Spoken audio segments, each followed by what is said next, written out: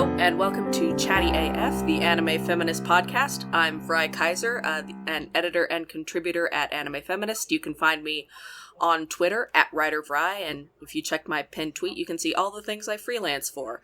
Today I have two very special guests with me, if you two would like to introduce yourselves. Hi, my name is Devin Randall. I am a freelance writer. I write for a couple websites like Instinct Magazine and Gay Pop Buzz.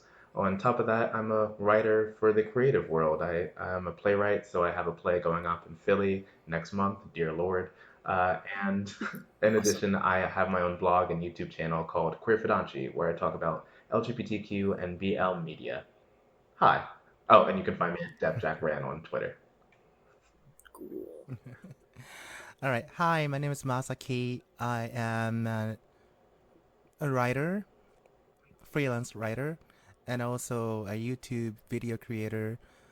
And I started drawing illustrations last year. So that's what I do. I have my Instagram and I post my illustrations there, queer themed illustrations. And my writings, you can find my writings on my website, but most of them are Japanese, in Japanese. So, but I have some English writings, so you can go check out. Give me a queer eye. Give me a queer eye without the V. GIMME. Give me a queereye.org. So that's where you can find my stuff. Cool. And if y'all are interested, we'll have links to their ats and websites down in the show notes, so be sure to check those.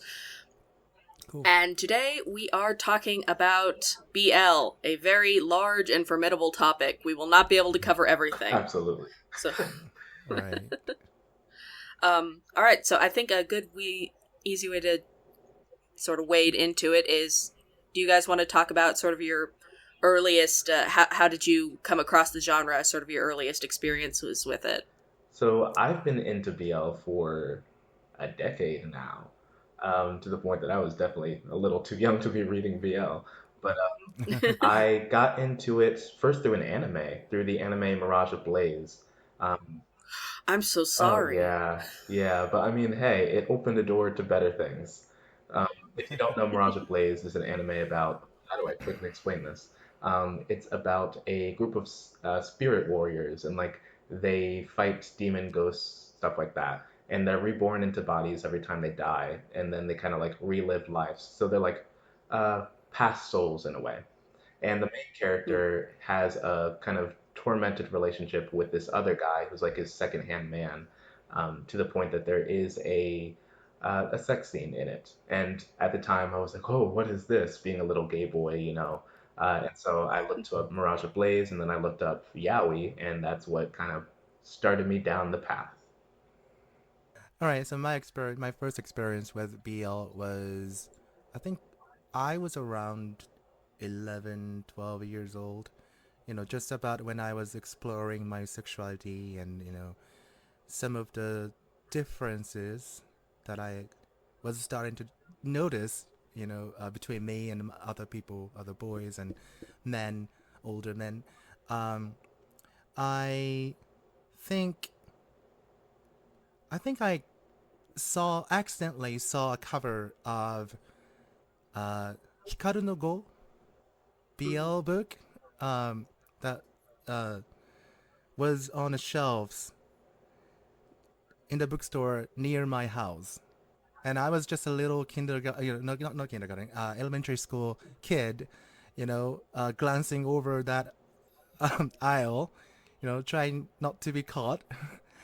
And I was like so shocked. I thought it was just a regular Hikaru no Go book, but apparently uh, the characters were too intimate on the cover. So I realized that it was some sort of a sexual thing going on in the book. I wanted to buy it, but I was too embarrassed because I was, I didn't even know the word gay, I think, back then. So I was too afraid. I would go to the bookstore like maybe 3 times a week just to, look at it from afar. And I wanted to buy it. I wanted to buy it, and it took me like an year and a half, maybe, to actually, gather up my courage to take that book. I'm sure it was a very unpopular book because it was sitting there for the whole time. But I grabbed it, went to the cashier, and it was easier than I thought. It's kind of funny. And that's how I started. It's kind of funny how we Sorry. had a no, I'm sorry, I interjected, but it's kind of funny how we both had similar experiences of like being younger gay kids and kind of not having the words for our feelings. And Yaoi kind of helped Right. us in that kind of like in that Totally. trajectory, I guess, and Yeah, definitions. yeah. Because I had another similar experience of once I was a little down the road.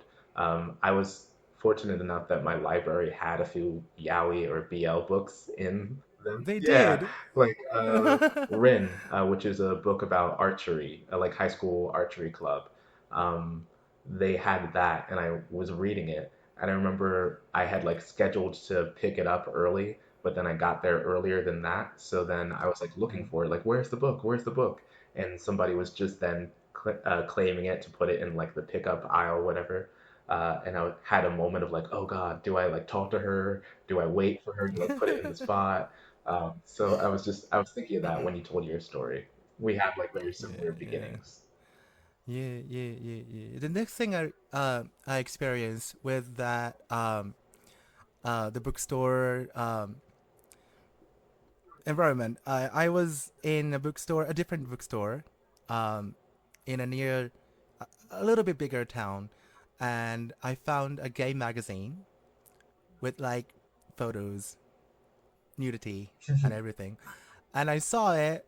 I was curious because I was starting to realize that I was gay.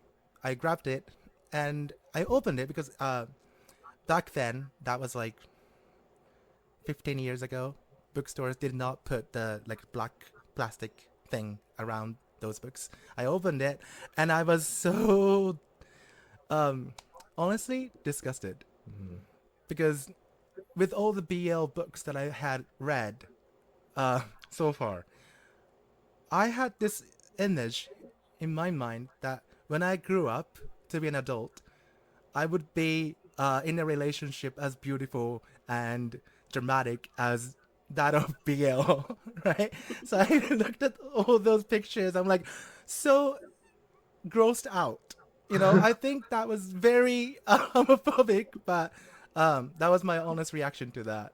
I would And say so, like, homophobic. BL, right? Okay, but maybe a little bit homophobic. And but yeah, so I But think I mean, I I get grew what up you're with coming from. BL. Yeah, like BL really helped. Yaoi BL helped me um much more than gay media Mm. back then as a teenager. And I totally understand what you're saying because like gay media is very different than BL. I mean, because they're catered Yeah, towards totally different demographics, but like gay media can be so graphic in a way that even though BL, yeah, is definitely or yaoi specifically is definitely graphic, gay right, media like magazines are so kind of like sex, sex, man, sex, meat, sex, sex, you know. Um, right. Whereas the yaoi and BL definitely does have the kind of like flowery-ness of like romance and love Totally. as a general, I guess. So Right. I get what On you're top coming of from. that, the gay media, the gay porn that I was looking at in that bookstore, was very focused on bear type Mm, gay men and hairy. Um, that's actually the mainstream genre of gay pornography in Japan, even up until today. mm, So mm. Fun I've facts. always distanced myself from that kind of representation. Have either of you read or enjoyed or found yourself it wasn't for you with gay commie or bara as it used to be called? As I understand, that's Mm. seen as pretty derogative now. Oh, is it? Oh, I didn't Uh, hear about that. I'll have to look into that. Huh. But I, yes, to answer your it is question. possible I am misinformed, Oh, but yes. you're fine. Don't worry. And to answer your question, yeah, I'm not a fan of Bara, which is weird because it is catered, or it's supposed to be catered towards gay men, but the graphicness, there we go again, the graphicness of the Bara genre, especially with the most known sorry, I'm having so many tangent thoughts, but the most known Oh, please. mangaka, whose name I am now forgetting, uh, whew, why can I not remember his name? I'm just gonna do a quick Google, but like the most known mangaka of Bara is so graphic with his sexuality of the scenes and of it just makes me feel distanced from it. Just the graphicness, even for me, is just too much. But let me look up Uh, his name real quick. Gengoro Yes, Tagame? thank you. Yeah, Yes. I was thinking, yeah. Yes, English viewers are English listeners probably are most familiar with him Mm. through My Brother's Husband, which Yeah. is not his usual fare. That's actually what I was gonna I had just thought that was one of the tangents of like, oh, that's a good manga to recommend. So we'll come Oh back yeah. to that later. Hmm. But just yeah, with the Bara genre, I found it to be so grotesquely, or I define it as grotesquely graphic that I just can't get into it. Of course, that's mostly with him and genres, comics like him. It's not the entire genre, but because of that, it's left a sour taste in my mouth, I guess. That's a bit of a graphic metaphor, but okay. I remember a tweet by a Japanese person who saw the televised version of his manga. Hmm. Yeah, the one that you mentioned, Hmm. right? My brother's The husband. brother, the husband of the yeah, yeah, yeah. Oh, The tweet said, my mom watched it and she loved it, and she said, what other comics has he yeah, drawn? that's unfortunate. And he was like, yeah, he got he was speechless and he couldn't say anything. Yeah, that was just a setup for failure. Yeah. So Masaki, do you have any thoughts on Geikomi or Tagame or other authors? I In really am not familiar with any of that No worries. because yeah, I've seen some, like maybe three, four, like episodes of Hmm. of those mangas in the in random magazines because I used to work for a Center for Gender Studies in a university, and they had a library, queer library, and they had those magazines, and I was killing time reading them. So I think I read some, like, really small part of it, and I was like, the more I read it, um, the more distanced I felt from the gay community. So I'm sure that's not the case for many other people, but that was what happened with me and Bara manga. Yeah. You mentioned when I asked you to come on here that you've read some BL, but you're not a huge fan. I guess what kept you from? Are there particular factors that kept you from getting really involved with the genre after those kind of personal discovery moments when you were young? Right. I used to read quite a lot, but it wasn't like I was like trying to follow a particular author or a particular genre, subgenre. I would just go to the aisle, BL aisle in the bookstore, and looked at the covers, and if I liked something, I'd buy it, and if I like it, I keep it. If I don't like it, I maybe those books that I didn't like were sitting at my parents' house. Now, I, I hope my father doesn't find it. Oh. The Relatable. collection. Yeah.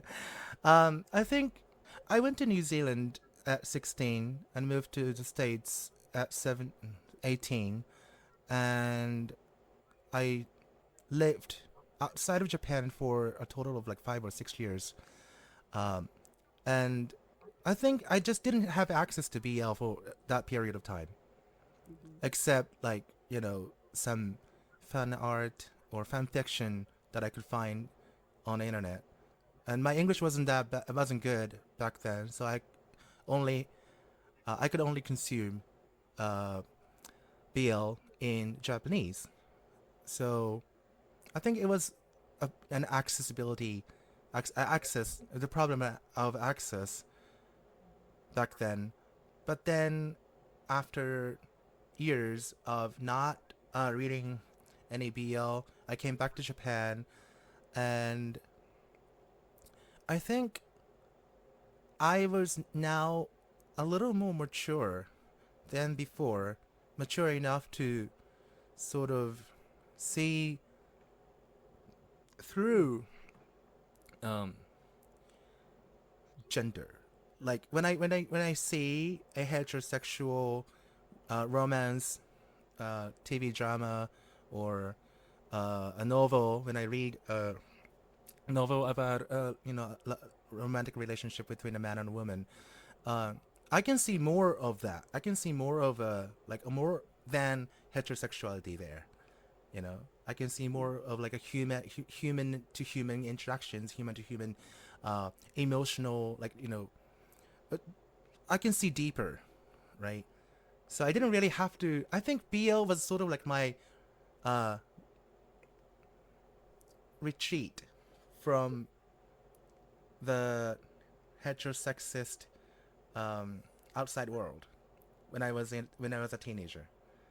But when I grew up, now I'm an adult, and I don't need a special, specifically man to man narratives to understand my sexuality and deal and accept my sexuality. I think that's one of the biggest reasons. And also, it's not like I don't like BL anymore, but I think I don't need BL anymore. Gotcha. Not So, as much as I did. are you then, I guess, more invested in the more sincere representation, yeah, types of stuff like Shimaname Tasogare, or just, like legitimate works by queer people for queer people, or you're just content with the heterosexual stuff because you're comfortable in who you are, and you've kind of reached that point?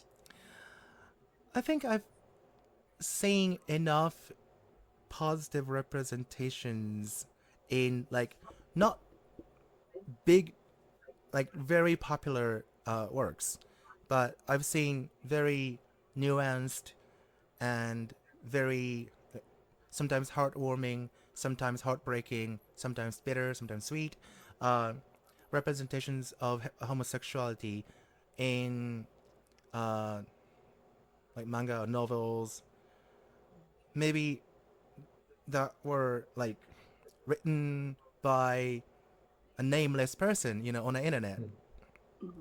And it's not like I'm happy with heterosexual content, but the weird thing is there have been some TV shows or uh, movies in Japan that people say depict homosexuality very positively. And I am so freaking scared to watch them or read them, because if I go to the if I go to that movie, then for example, I go in with really high hopes, Mm. and I'm used to being disappointed, right? So there is like a TV show called Osan's Love, right? It's like old man's love, if I translate that literally.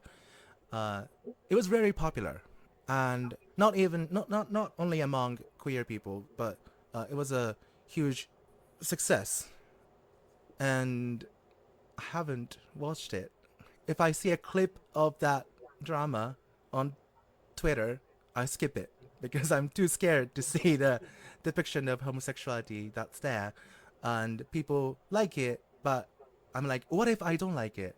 I get what you mean. The fear of like misrepresentation or misrepresentation, just getting it wrong. But Yeah, I feel like every now and then you just gotta risk it, you know? Just every now and then, yeah, some stories are gonna disappoint, the creators are gonna disappoint, but like right. there are some that are gonna be fantastic. some that are going to be Right. so meaningful to you that like your heart is crying, you know? Um, you're missing out on those opportunities by being Right. fearful of the bad ones. Yeah, one of the things that really surprised me is that some newer creators, like maybe not big names, but people who create stuff on the internet, I I follow some of those mangaka, I'm like semi-professional mangaka, and not necessarily queer, Mm. but when I read them, their works, there are like queer elements to it, and like I'm surprised to see like oh, this is like, it's not like explicitly gay, or it's not a gay themed um, work, but it's like there Mhm. queer stuff is there, and I don't know if it's a generational thing or a cultural shift is going on, but I think I'm pleasantly surprised at that. But because especially because I don't have any hopes for um, queer in a good queer representation in that uh, manga or novel. So, And you just but I think yeah. Sorry, you just can't kind of like, oh, I don't know how to phrase this. You made me think of social media and how it's made BL more accessible to us, and especially the creators. Um, because I was just a couple days ago, I was on Twitter and somebody retweeted Korean creators' webtoons or something, and the Mm-hmm. Korean creator was like commenting in the thread, and I was just like, that just made me think about like how more accessible all this stuff is, all this queer content, all of this BL is, and the creators are to us now. That wasn't really possible 10 years ago. Like 10 years ago, Right. would you have been able to like point out the face of a BL creator? Probably not. So it's very cool how the internet and social media, I mean, we're having this whole conversation right now, you know? It's wonderful how the internet has made all this easier for us and more accessible.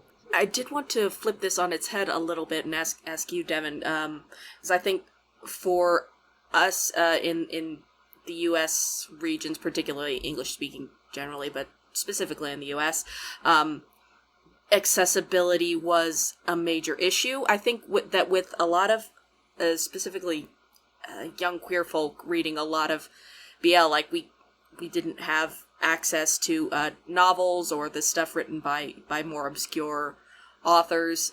So I guess would you still be into BL, you think, if you had like the full range of options? Is there like a tropiness Ooh. there that appeals to you? I was growing up in the mid 2000s. It was, well, here is Gravitation and also some really, really Oh, bad, oh, really gravitation. bad light novels that Junae has put We've out. been through so much.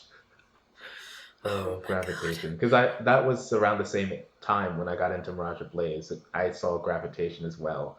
Oh, that was some scary times. my poor naive soul thought that that was comparatively progressive because there was a female character in it. No, no, Gravitation is not good, actually. Ooh, so But God, did I have feelings about mm, it. didn't we all? But I guess my question, so there was even when you were younger a little bit more available, but uh, still, it's I think kind of the most popular stuff, the most popular BL gets translated into Mm, English. So I guess if you had access to not just the most popular stuff, but everything. Oh, also yeah, to everything, including by like indie queer oh. creators in Japan and all that stuff, would you still be drawn to I BL? think yes, but wow, I would be so confused with what to read and what to watch. I mean, because with BL, like you said, early 2000s, it wasn't that accessible. Like I said, I was lucky enough to have a library that had like one or two stories there. Um, Shout out to Mount Laurel, New Jersey. But I and like on demand had a few yaoi sections available. The anime, excuse me, available like Mirage Blaze, Gravitation, but those were so far and in between. You had to like go online to look at scanlation places and read like the bare minimum of stuff. And nowadays, like there's so much out there. There's Korean webtoons, Chinese webtoons. There's Thai BL dramas. There's Japanese BL dramas and Japanese yaoi. There's all kinds of stuff out there, but even then, yeah, it's still the most popular stuff out of each area. So like if I had the whole ocean of options, I would be so lost. But I think I would still be interested. I mean, let's face it, I've been reading yaoi for like 10 years now. I'm committed. I'm in. Uh, it might change to varying degrees in the future, but I think I'll still. Ooh, there's this one comic, which technically isn't BL, but it's about two girls reading BL, and it's about an elderly woman whose husband died, and she's kind of just like waiting to die, which is super sad. But she randomly comes across a BL comic, and she reads it, and she's like, "This is amazing." And so she goes to like a bookstore and she meets the girl, the cashier at the bookstore. And she's like, "Hey, is there any more of this?" And the girl's like, "Yeah, they're over here." And the girl, who's kind of like a shy, quiet girl, was like, "I like BL too. Wanna be friends?" And she's like, the older woman's like, Oh. "Yes." Sadly, I do not remember the title of this thing, so I Oh, can't say it. But it's so good. They're only like, that well, in sounds English, wonderful there's only though. about four chapters out right now, but it's so good. And like, every time I see an update, I'm like, oh, yes. Um, so I don't remember what the point of that story was other than to share it. But just the, yeah, it was worth it. I love that story. It was worth Um, sharing, yeah. and just the ocean, the vast Totally ocean of worth it. possibilities would make me a little confused. But oh, like the grandmother, I see, or the older woman, I see myself at that age still reading occasional comics here and there. Feel free to tell me that you super don't want to talk about this if you don't want to talk about this giant issue, but I feel like I would be remiss if I didn't bring up how do you guys feel about the eternal question of, is BL fetishization of gay men for predominantly Oh, straight women? absolutely, 100%. 100%. But it's one of those things where you have to sit down and think, okay, how much can I allow and how much can I be offended by? With our culture nowadays, we're offended by everything. But and it's justifiable to be offended by the fact that yaoi is gay romance for women. That said, I'm a gay man and I love yaoi. I can still appreciate it, and it's still something that can be celebrated. It's just we also have to recognize that hey, this is fetishization of gay romance, but even not as long as it's not going too far, and don't ask me what the line is for too far. Um, I'm willing to accept it to a degree. I'll point it Hmm. out, but that's about it. Certainly, I remember being on the internet in the mid 2000s in those gravitation days where it was very much this thing of people would be super into either official BL or fan works ships and were super into those, but were really overtly and loudly disgusted by actual queer couples, and I feel like that's certainly a hard line we can all draw together. Mm, This issue of does how much is this interest in fiction translating to actual support for human people? absolutely. Yeah, I sometimes wonder if maybe the pushback against BL is this question of, if there were less of this, would there be more work by queer artists or for this demographic? Like, is it taking away? Is almost seems to be the feeling. Uh, I personally, I don't know if I can comment on this because I'm not from Japan. Though, fun fact, I'm actually going to Japan for the first time in October. That's exciting. Um, but yeah, but with I can't talk about the culture of Japan, but in my mentality, the way I see it, I feel like yaoi might have made things a little better just because it has created this visibility of, oh, gay men.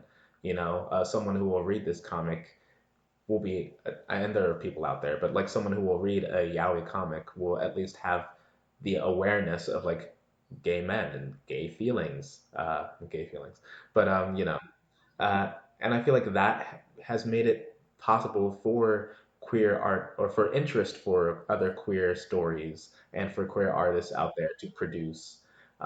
So I don't necessarily think it's been like a yaoi has created a void in queer stories. I feel like it might have actually helped. I totally agree, actually.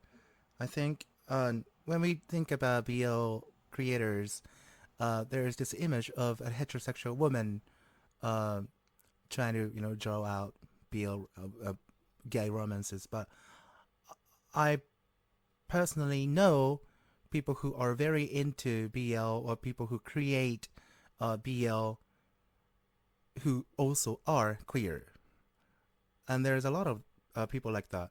So, and kind of going back to the question of fetishization, BL fetishizes gay people, but it doesn't do that no more than NL fetishizes women. NL in uh, I don't know if that's the word. That's a word that people see in English, but NL means normal love, which basically means heterosexual love. NL, they call a lot of people who are BL fans and creators oppose Yeah. that usage Wow. of that word NL because it's like like gay is abnormal, but there's a lot of sexual, equally sexual content catered to heterosexual men um, that Mm.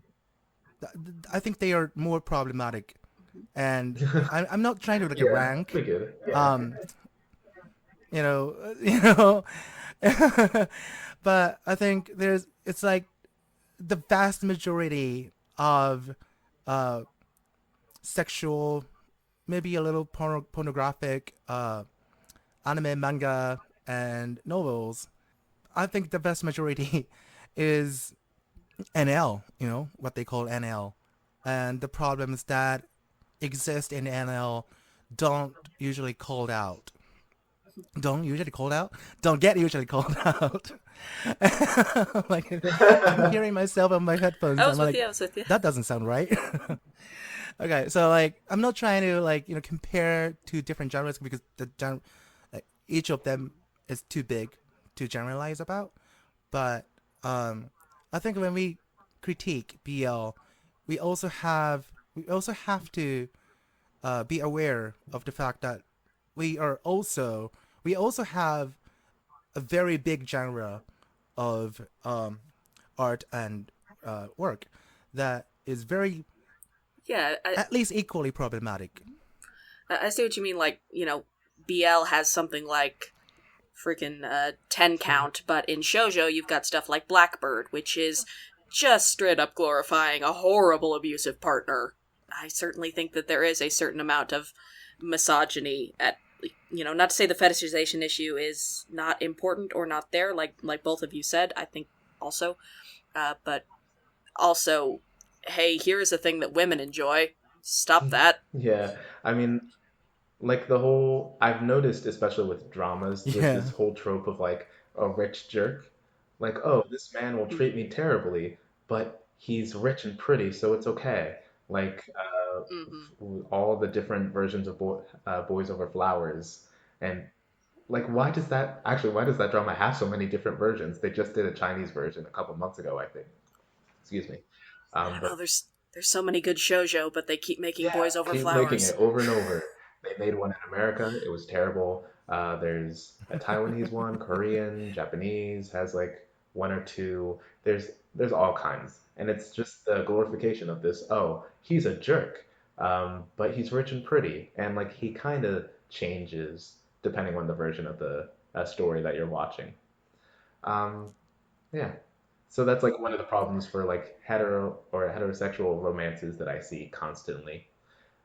But I want to also add, for going back to BL and like the fetishization of gay romances, that it is kind of getting better. I've been noticing a trend of like, let's actually represent It gay is. male stories. Like there's this whole trope of I'm straight, I'm not gay except for you. I'm only gay Oh for god. you. But lately, I've been noticing that more stories will just from the jump be about gay characters. I am a gay man. And in fact, there was this one story which, again, it's not in my notes, so I don't have the name of it. But there's a story about this a blogger. I think he's a food blogger, and one of his fans decides, hey, I love you. I'm gonna move in with you. I'm gonna be like be your like lover now, which low key is stalker and creepy. But they actually promoted the comic by the mangaka was like, this is a real gay romance. I like interviewed people. And at first I was offended, like, oh, now we're selling the pitch is like, oh, real gays, everyone. But when I read it, it was like, oh, okay, this is actually being representative. So there is a kind of shift happening in BL, which is cool. By the way, if you think of any of these titles later, just Probably will. email them to me, and I'll put them in the show notes so people can find these nice, sweet things. I'll have like 1 a.m. in the morning, like, oh, that's what it was. Yeah, that's that's as good a time as. And I did also want to talk about that shift and what things you see that are used to be common in the sort of older stuff that's going away now, or nice new tropes that are more positive that are cropping up. Ooh. Let's see. Oh, I've already talked about two. Well, accessibility, like I said earlier, the like ability to access it. Well, that's what accessibility means. The ability to uh, kind of read manga, see out or BL anime, um, being able to like read Korean stuff now. Like I actually have an app of I believe it's Lazen. I still don't know how to pronounce this thing, but the Korean like Oh, comic site. I have an app for it, so I can just read Korean BL comics on my phone. That's amazing to me with for the kid who had to like read stuff online through scanlation sites. So the accessibility, just yeah. that aspect is really cool. Um, Although I do hope that Lazen is paying their artists yes, now. because they had a whole scandal. I made a video about um, oh, and I'm sorry for the editor if I just like made a whole spike there, volume. But anyway, I had made a video about like, hey, this is Lazen, you should subscribe. And then some people in the comments were like, oh, but like they're kind of low key terrible at like paying their artists. And then I looked into it, and there's a whole kind of shady business going on there. So hopefully, yes, hopefully they do end up paying their artists. I know it then ended up getting to be where the government is starting to get involved, and they are actually suing two artists because the artists were bad mouthing them because they weren't getting paid. So there's a whole Fuck. bunch of scandals going on involving, and this is mostly because, sorry, I'm going into news story Devin mode, but this is mostly because the Korean webtoons, webcomic market kind of exploded in the past 10 years. Because again, with that accessibility, not only in Korea, but also internationally. And so there are no like legal ramifications for companies that underpay their workers. So the government is now like, oh, we should probably start actually um, regulating this whole business that's just boomed in the last 5 to 10 years. Maybe we close this Yeah, loophole. maybe we should actually start looking out for the people instead of just helping the companies. But tangents of tangents. That accessibility is something that I've seen in BL, and that's really cool that it's just kind of skyrocketed so much. Yeah, and you see, because of the roots of the genre, I think a lot of the issues you see in shoujo romance happen in BL too. That they're kind of moving away from, like, less assault, less assault. And that's definitely something I've seen in the BL community of like conversations about rape, assault. Why are these stories so prevalent in this genre? There it has been pushback though of like guys, if you don't want to, I often find now in comics where the translators will put like a note of like, this involves rape or like for assault, heads up. And so if you read past this after reading this thing, don't complain to us, you know, where it Hmm. is partially warranted. Okay, you gave me a warning, cool. But also, Right, there shouldn't be such a negative pushback to the idea of like, let's talk about getting rid of rape culture in yaoi or BL. right. Um, so that's, I guess, a conversation that's blossoming now in the BL genre that it'll be interesting to see where it goes. Yeah, yeah. Nice to see that convo being had.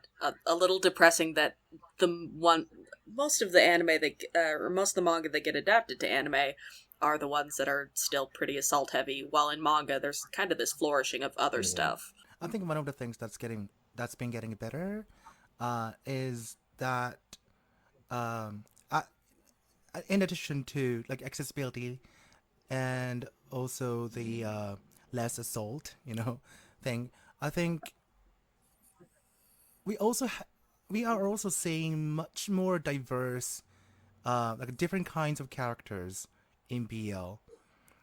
Like sometimes age wise, sometimes like body type wise, and like Rye said, some characters. Sorry if it was not Rye. Sometimes the characters identify themselves as gay, and sometimes they are confused, just like many queer young people do are. And I also remember reading BL back in like early 2000s.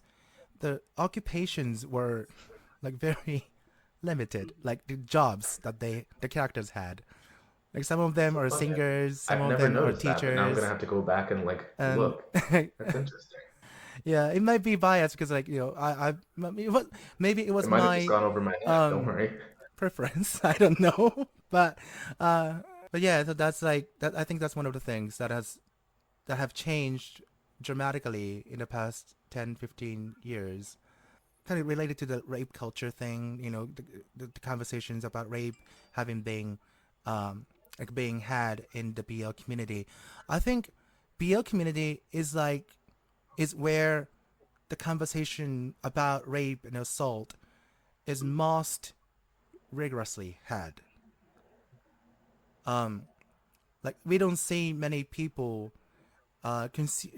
consumers of heterosexual uh, romance manga or sexual pornographic manga or anime talking about like making less rape depictions. The conversation that we are having in the BL community and beyond is sort of like I think it's going to lead to a broader conversation about uh, like representation of women and queer people in general. I think it can become a bigger Yeah, I think conversation. that's a good point. Like it's Yeah. yeah, it seems like, well, why is this the only genre that quote unquote has to have these conversations? But the fact is more that this is an issue in every genre, and BL is a community that is choosing to try and look critically at itself and move forward, even if in fits and starts, which I think it deserves credit for. Totally. Um, so as we kind of get near towards the end of the hour here, I wanted to talk about basically recommendations, stuff you have read that you think is really solid, either because it's good, or well, here's an interesting. If you're interested in the history of the genre, here is an interesting thing to pick up. Well, the two or three things that I forgot to or did not know the titles for off the top of the bat. But I have a list. I have so many recommendations. Okay. So, Nice. first, Hanto Yaju by, and I Oh. apologize if I butcher Ooh. the Japanese language, I'm so sorry, but by Yamamoto Kotetsuko, which is about a an heir to a Yakuza clan and a beat cop, like a stand at the corner and kind of like watch the children walk to school, kind of like cop, who fall in love, and is the healthiest and most charming relationship in all of yaoi. Absolutely, hands down. That sounds It adorable. is great, and um, it's still ongoing. Technically, it's one of those things where it's like it's it's occasionally being updated. I'm like, oh yeah, this is a thing still. But there's multiple chapters out there, like 36 or so off the top of my head. Right, just came up with that. I don't know if that's close, but it feels like it. Comics out there or chapters out there, so you can go read that, and it's great. Moving on. Next is Jackass, Who Said You Could Touch Me, or just Jackass by Scarlett Barrico. This is currently my favorite yaoi manga. It's one of those stories where a lot's going on. They're about these three friends in high school. One is this classic, like, I'm gay and proud. Like, I go to the gay section of Tokyo. I hang out with my older man boyfriend. And he's just chilling, having like his time of his life. And then a classmate of his is this classic bully who actually low key likes him and he's dealing with that on top of his relationship with an older man who's like, I'm too old for you, let's stop this. And then that's actually the story, but like the main story is about this kid who's being raised by his older sister and his feeling of like, I don't want you to have to feel obligated to take care of me. I feel so much of a responsible burden because like you were so young and yet you had to take care of me.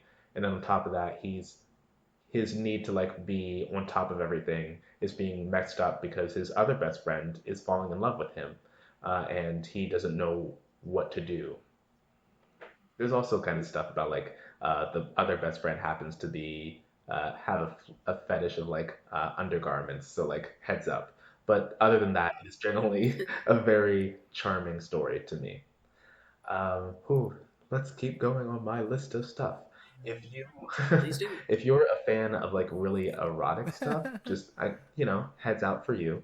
One story is Yatamomo by Harada. Harada is a very well accomplished creator, a very dark and yes, Harada's great because it's like I love Harada. one, wonderful artwork, beautiful artwork, but two, it's like really compelling stories. Like Cast Heaven, is that Yeah, Harada? I believe it is. If I'm wrong, I'm sorry. But Yatamomo is specifically about, not sure.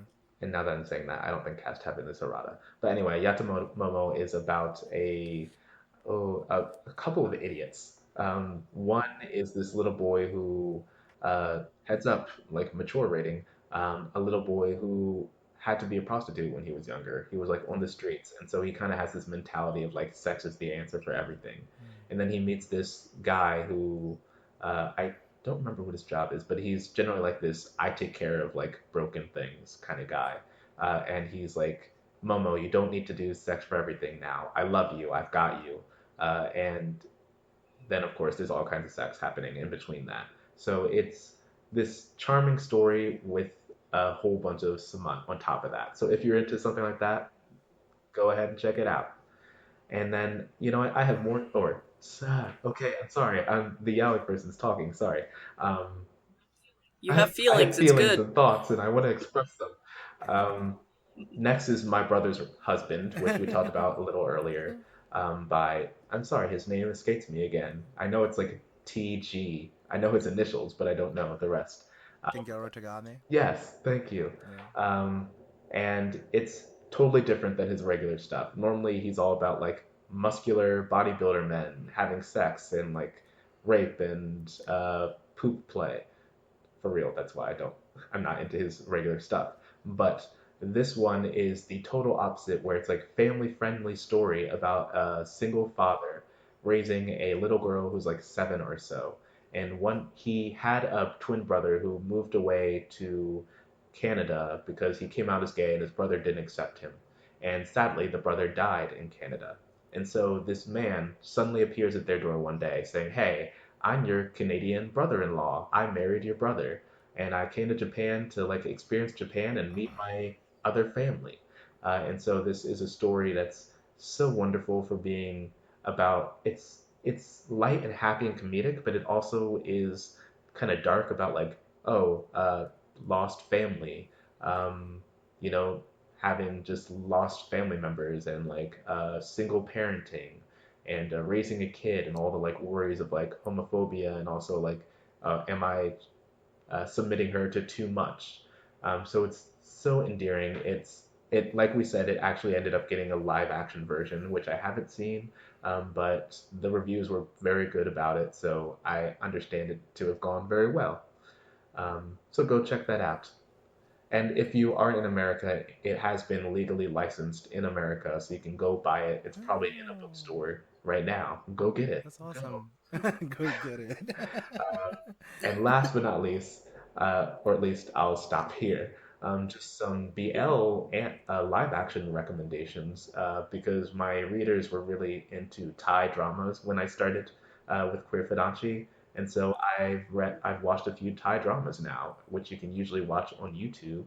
One of my absolute favorite ones so far is Part Time the series, which actually isn't just BL. It's actually like um, it's about a bunch of college students in their first year of college. So everything happens from like one girl trying to go into the modeling agency. One character is trying to keep his job as a coffee waiter. Um, and all kinds of things happening.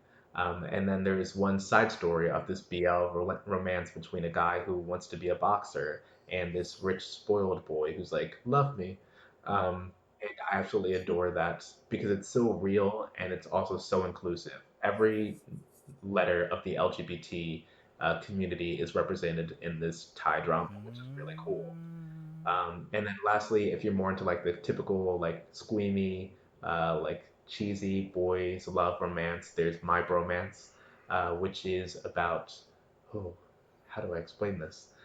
It's actually based off of a movie, but this is there's a movie and a TV drama, and the TV drama flips between the past and the present. In the past, these two stepbrothers ended up falling in love, but it went terribly. Very quick summary. And then in the present, it's, oh, they're reuniting for the first time in like 5 or more years. And now they're like, are we still in love with each other? What's going on? And it was presented so well by the two main characters that I'm just like, to this day, I'm just like, yeah, that was a good one. So anyway, there's my list. That's a whole list, but there you go. Nice. Oh, Yuri on Ice, anime, fantastic. Okay, done. For the two people who still haven't watched Yuri on Ice. Yeah, for the like two in the back over there, get on it. Oh god. Masaki, have you been reading or watching anything you liked? Oh god, I have such a short list. No, please. please. I went over, so you're good. Well, I don't have like specific titles or like the books, but I would recommend. Okay, I've always been a fan of like dark themed, like sort of like sad stories. So, before I go to my recommendation, one story that I still remember from my teen years is about this American guy and a Japanese guy. An American guy I think he was stationed in Japan, like post-war. He was working for the military, and they fall in love, but they don't say anything to each other, but they are very attracted to each other, and they started having like intimate relationships. But then, when they finally start having sex, they are interrupted by the Japanese guy's parent, and the American guy goes back to America, and that's it for the first half of the episode. And then later on, the Japanese guy is like in his 70s now, and the American guy shows up as a ghost.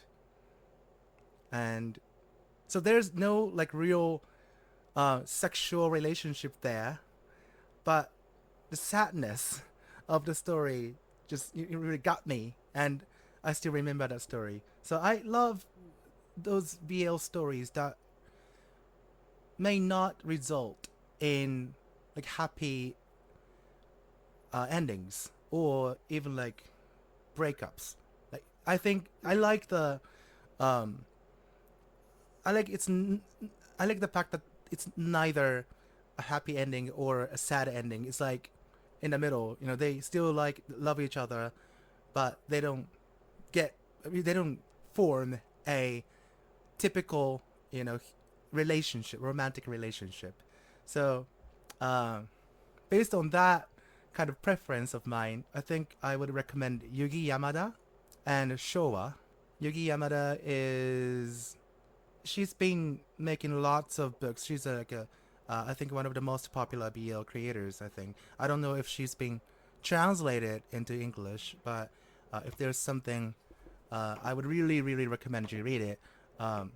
Like we've been talking about, some characters, BL characters nowadays, are starting to identify as gay. And just like that, Yugi Yamada's works and Showa's books, they have gay characters who obviously identify as gay. There are a lot of stuff going on in their books, but like there's this one gay guy, and he likes this other guy, but then he is in a relationship with another gay guy, but that middle man doesn't identify as gay, or it, there's this playboy promiscuous gay man who has had feelings for his uh, roommate. There are scenes where the other guy sort of returns feelings, but then things don't go well, and in the end, they are still roommates. It's like their love isn't going nowhere, and I love that. So, yeah. So if you, I don't know if many people like that kind of stories, but if Sounds good. even yeah, even one person listening to this likes that kind of story, I would really recommend Yugi Yamada and Showa. Some of their stories end up in a happy ending. So yeah, you should read them. Sometimes you just want that sort of bittersweet stuff. It scratches an itch. I had a couple recommendations too for anyone listening out there. First, Fumi Yoshinaga in general is really great, but specifically I wanted to recommend What Did You Eat Yesterday, which is this domestic series about a middle-aged gay couple. One's a lawyer, the other's a hairdresser. It's really nice and grounded. It's definitely extremely slow burn. This is not a series you're going to if you want a lot of sex or even a lot of very physical intimacy. It took them 6 volumes to talk about their problems with their words, That's good and they that still they're haven't talking. kissed on Lots of screen. yaoi couples don't do So, that. Oh, yes. It is extremely about, like, getting older and all of those very mundane concerns that usually when you're reading like a big emotional feelings romance are kind of we'll worry about that later. Also there have been a lot of really cute just kind of one shots published in English recently. Go For It Nakamura is like a Rumiko Takahashi style slapstick almost kind of series about this gay teenager Nakamura who has who's so awkward and he just wants to not even get together with his crush. He just wants to make friends with him. That's as far as he can manage. Is I'm going to make friends with this boy, and it's just nice and funny, and the characters are sweet, and it's really endearing. I'm also a big fan of. It's a little rough around the edges because it's from the 90s, but I'm a big fan of Fake, which is a cop drama. Of D is sort of the the loose cannon cop who gets partnered with Rio, who is new on the force, and he's very uptight and prim and proper, and it has a little bit of the problem where D is kind of the pervy shoujo boyfriend who's always pushing his partner to go further than they're a little comfortable with, although there's no sexual there's no assault in it, which is nice. It always stops before any rape happens, and it's a nice kind of slow burn with a lot more with a lot of police procedural plot, and I love it a lot. And also From Eroica with Love, which is an old 70s series about a thief named Dorian Red Gloria, who's very, flamboyant and has a cadre of beautiful men who do his job for him, and he collects beautiful art, and he's, he pines after this, after Iron Klaus, who is a German military officer who works for NATO, and is as repressed as the day is long, and they have 40 years of unresolved sexual tension, and it's amazing. sounds amazing. Sounds good, yeah. So Yeah. Just wanted to quickly quickly note that Yugi Yamada and the Showa that I recommended, they are not free from the rape culture, and some of the works they have assault scenes. So just be warned. Yeah, I was thinking too, the Yatamomo. I Right. mentioned that it's a mature warning, but there is that in there as well, so warning as well. okay, I think most people who read BL know that that's always going to be a danger, but it's nice to have the content warnings going in. Anything else One we more, didn't cover because that I you guys skipped wanted over to it talk because I about was before trying we to. wrap up? One more, I promise. I promise. Okay. This is actually a Chinese webtoon, and it's Here You Are by Dejun, Djun, and it's about, it's about a college couple, I think he's a sophomore, junior, something like that, who is in charge of. He's basically like an orientation leader at his university, and he's taking care of the freshmen, like being this friendly face for the incoming freshman class. And there's this one tall, quiet dude who like is so quiet that people think he's being standoffish and rude, but really he's just a quiet, kind of like shy giant kind of guy.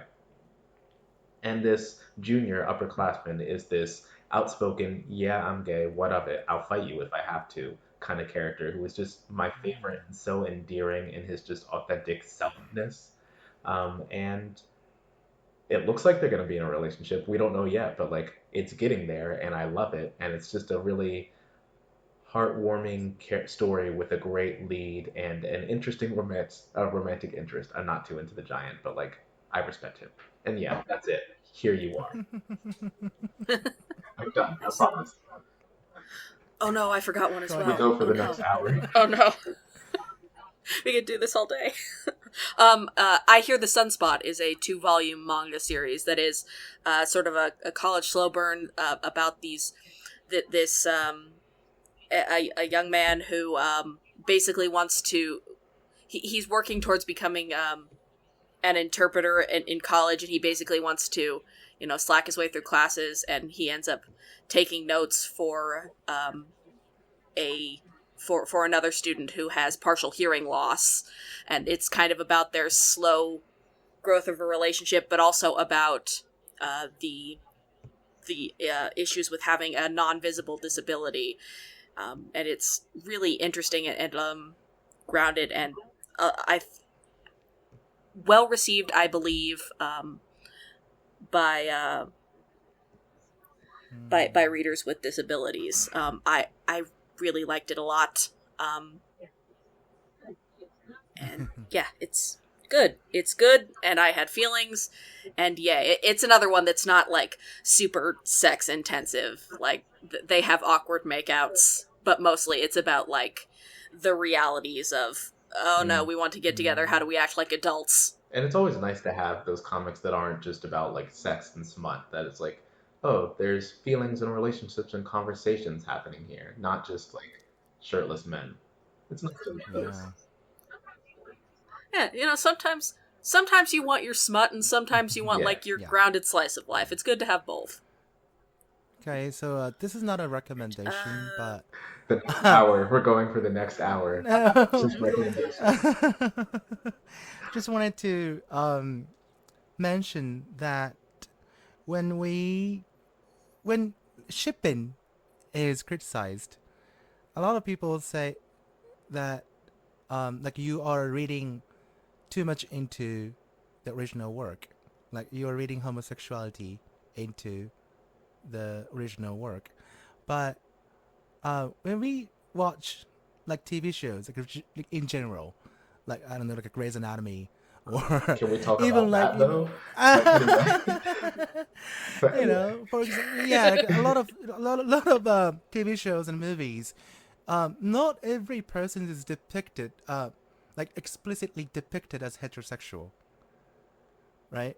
So like that, they might be queer. They might identify, or they might be living, they might be transgender, who just do not like expose their gender history.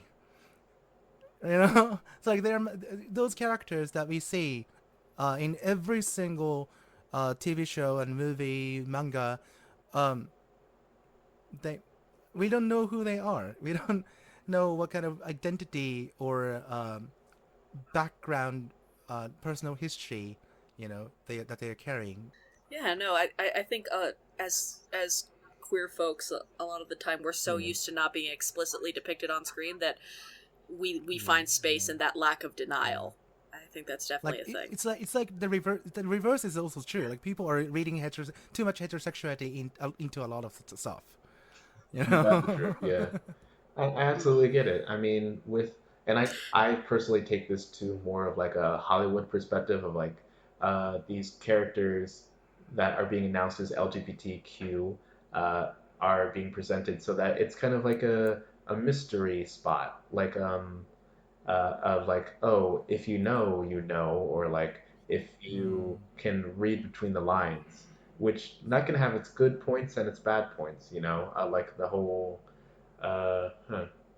I don't know. I'm thinking movies like the recent Power Rangers movie with the Yellow Ranger, Trini, I believe her name was.